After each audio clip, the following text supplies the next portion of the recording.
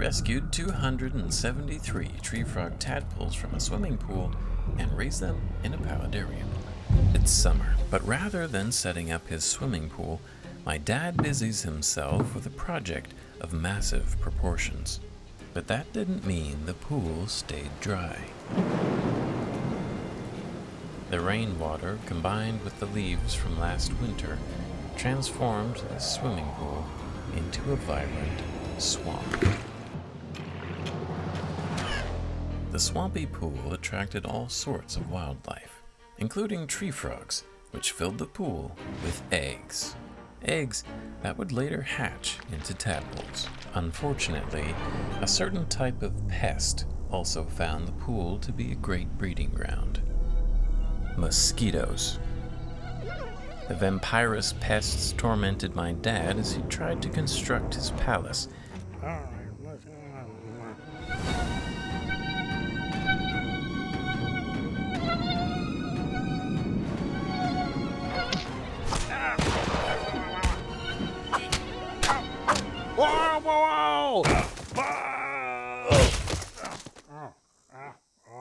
Fed up with the bloodsuckers, he resolved to empty the pool of all its inhabitants. But that wouldn't just mean destroying mosquitoes, but hundreds of tree frog tadpoles. So I said, "Hold on! Don't you know the global frog population is in decline? I've got to save these tadpoles, raise them, and release as many tree frogs as I possibly can." Something like that, anyway. It was time for the rescue efforts to commence. I can't wear bug spray because it could harm the tadpoles, so I'll have to endure the mosquitoes.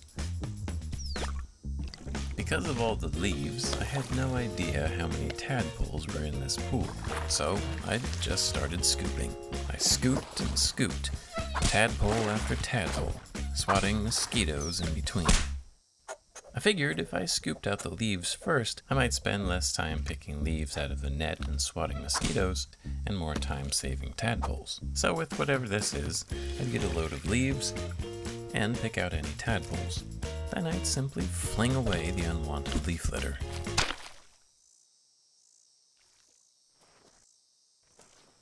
Whoops. Anyway, I got all the leaves out of the pool, all the while gathering up as many tadpoles as I could. Tired and bitten up by mosquitoes, I called it a day. But there were still many tadpoles left in peril. But they'll have to wait, because if the tadpoles I have now are going to survive, they'll need a safe place to grow. So I began work on a paludarium. This is the longest tank I've ever worked with. I think it will make a great paludarium because I can create a gradual slope from water to land for the tadpoles to climb up as they develop into tree frogs. I put down sand on one side and built a retaining wall of large stones to keep it in place.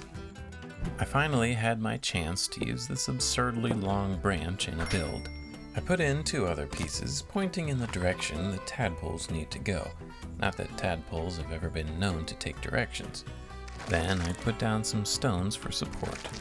I won't be using silicone, glue, or any other unnatural materials in this build. Not that there's anything wrong with that, I just find that it's faster and more affordable to do it this way.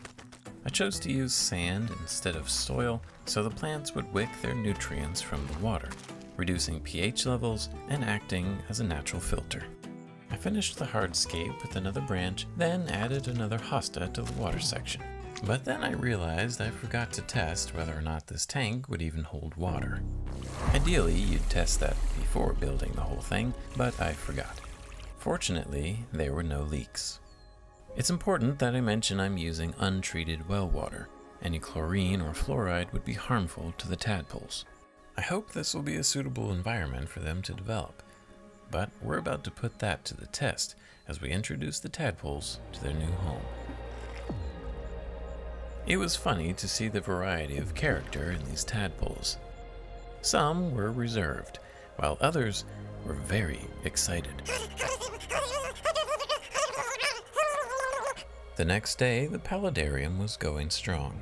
The tadpoles looked healthy and happy, but I hadn't forgotten the ones still in the pool. I thought it was just a few, but I was about to find out I was very wrong. Without the leaves in the pool, I believe I was able to get every last one of the tadpoles. I tried my best to count all of them, and the number I came up with was somewhere around 273. If you're crazy enough to try counting these squirmy little things, good luck, you're gonna need it. I'm hoping I can successfully raise these into frogs. Quite a few of them were already almost there, which hopefully won't cause any issues. Others were a couple steps behind. Having all 4 limbs, but still residing beneath the surface. For those, it's just a matter of taking their first breath of air. I must have swatted at least 20 mosquitoes on me. But we do it for the tree frogs. This is Timothy, a tree frog not far removed from his tadpole days. He has no idea about the dangerous world he's about to discover. Desperate to find food, water, and shelter, Timothy wanders the ruthless urban scape. Around every corner is a new danger. With all hope of refuge dwindling, Timothy wishes he could be a simple tadpole again. But just as his hope is about to be extinguished, Timothy meets Jeff. Jeff likes frogs, so he has a frog fortress from Froggy Forts. Timothy hydrates himself in the water pool and eats some bugs attracted by the UV lights before tucking himself away in the safety of the dome. This makes Jeff feel like a hero. To be a hero like Jeff, go to froggyforts.com. So now I have a lot of tadpoles. Tadpoles which would soon resort to cannibalism, if not given an alternative. While that is what happens naturally in the wild, my goal here is to release as many tree frogs as possible. So, bring in the fish flakes. This will provide all the nutrients the tadpoles need to grow into tree frogs, which is quite a remarkable process. As a tree frog tadpole develops, it goes through several different stages. First, of course, is the egg, which hatches into a tadpole. Once the tadpole is strong enough, it begins to grow hind legs. All the while, the front legs develop under a flap of skin. Once they're ready, the arms pop out. At this stage, it's only a day or two before the tadpole takes its first breath of air. There it rests at the surface of the water, where it will later find something to climb onto, leaving the water world behind. Next, the little tree frog absorbs the remnants of its tail into its body. But once the sustenance from that tail is depleted, the tree frog needs to find a new source of energy. This means the tree frog needs to become more mobile and hunt. It was my original plan to leave the top of the paludarium open, so as the tree frogs reached this stage and were ready to hunt for their food, they could find a place to crawl up to the top of the paludarium and then jump out into the wild. This worked just fine for quite a few tree frogs. However, for some, it was fatal. It had rained the previous night, setting a somber mood for the scene I was about to discover. A tree frog had jumped onto this stone pillar and, for whatever reason, got stuck. He dried out and was mummified. I used my wife's eyebrow tweezers to peel him from the stone, then laid him to rest.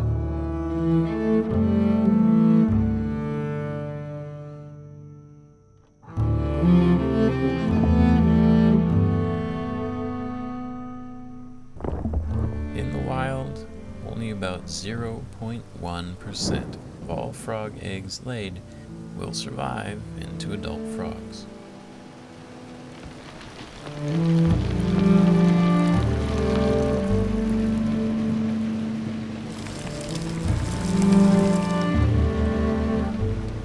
While I hope the numbers in my paludarium will be better than that, only time will tell. It wasn't a safe spot for the tree frogs to be freed, so I figured I should contain them for now and then bring them into the woods later to be set free. So I'll have to make another terrarium. That means I'll be able to make sure the tree frogs get a nice meal before sending them out to fend for themselves.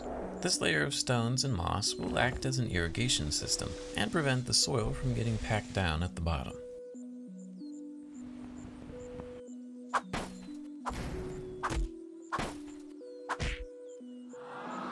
It's taken me nearly 2 months to make this video, and as I hope you can tell, I've put a lot of heart and work into it, so it would mean a lot to me if you'd simply leave a like and comment.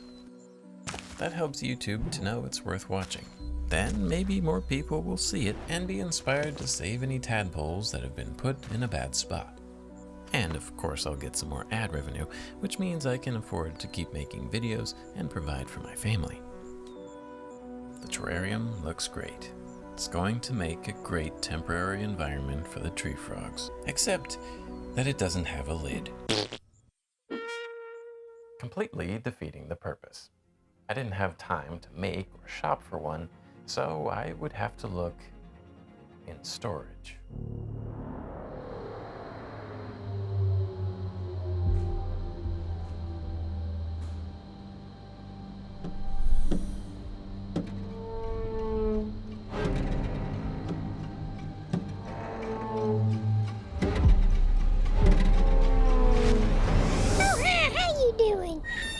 Anyway, this is what I came up with. Definitely not the greatest looking, but it'll work for now.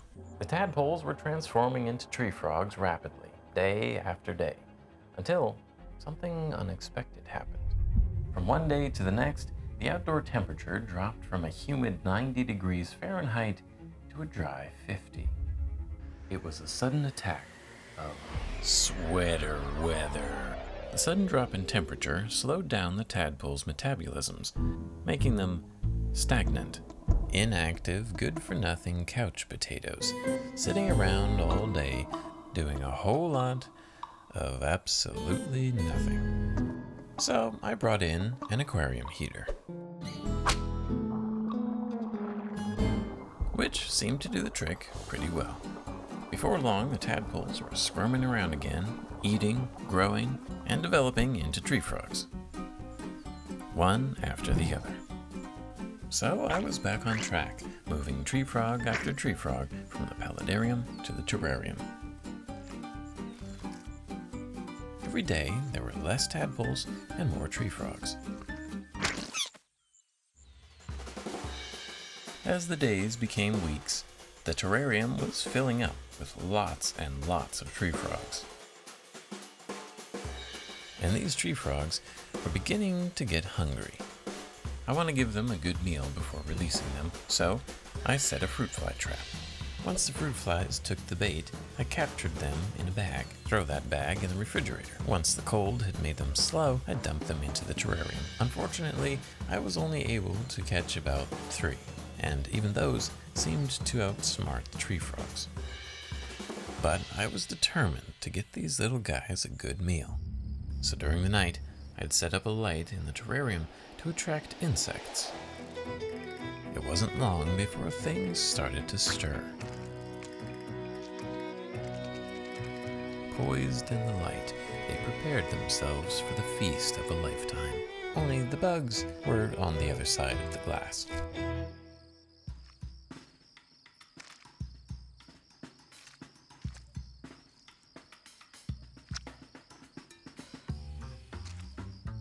The tree frogs found this confusing and ultimately frustrating. But eventually, a few bugs at least found their way inside the terrarium.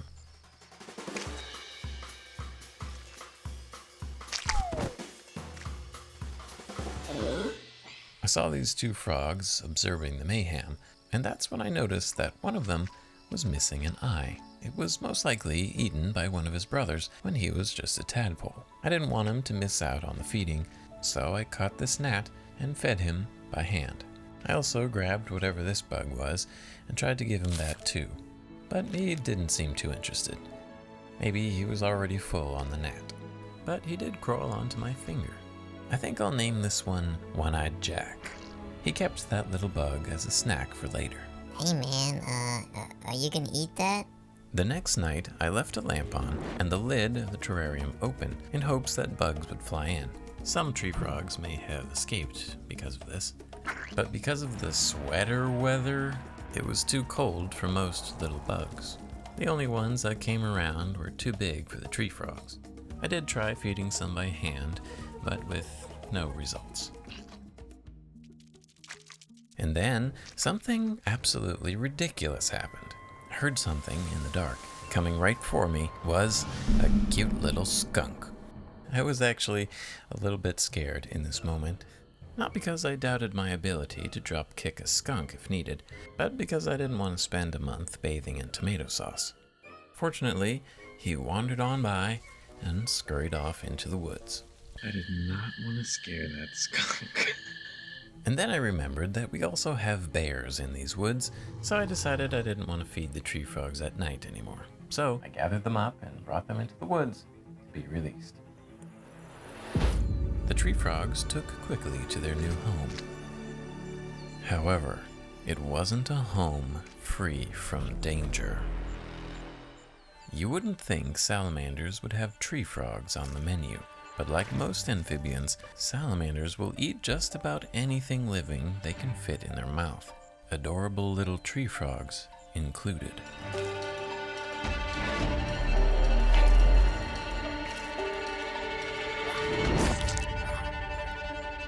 With nothing but a mouthful of dirt, the salamander retreated back to his cave.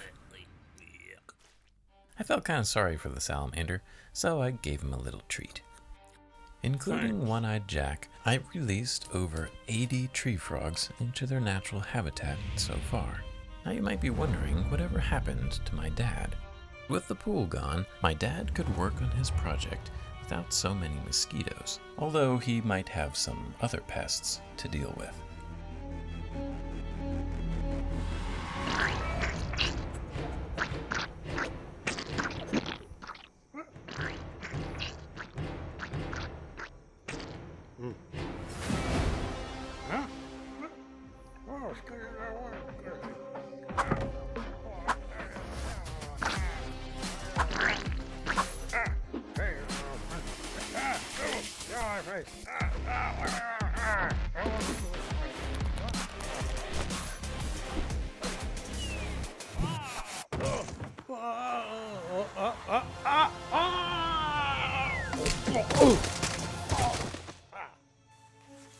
Okay. Subscribe.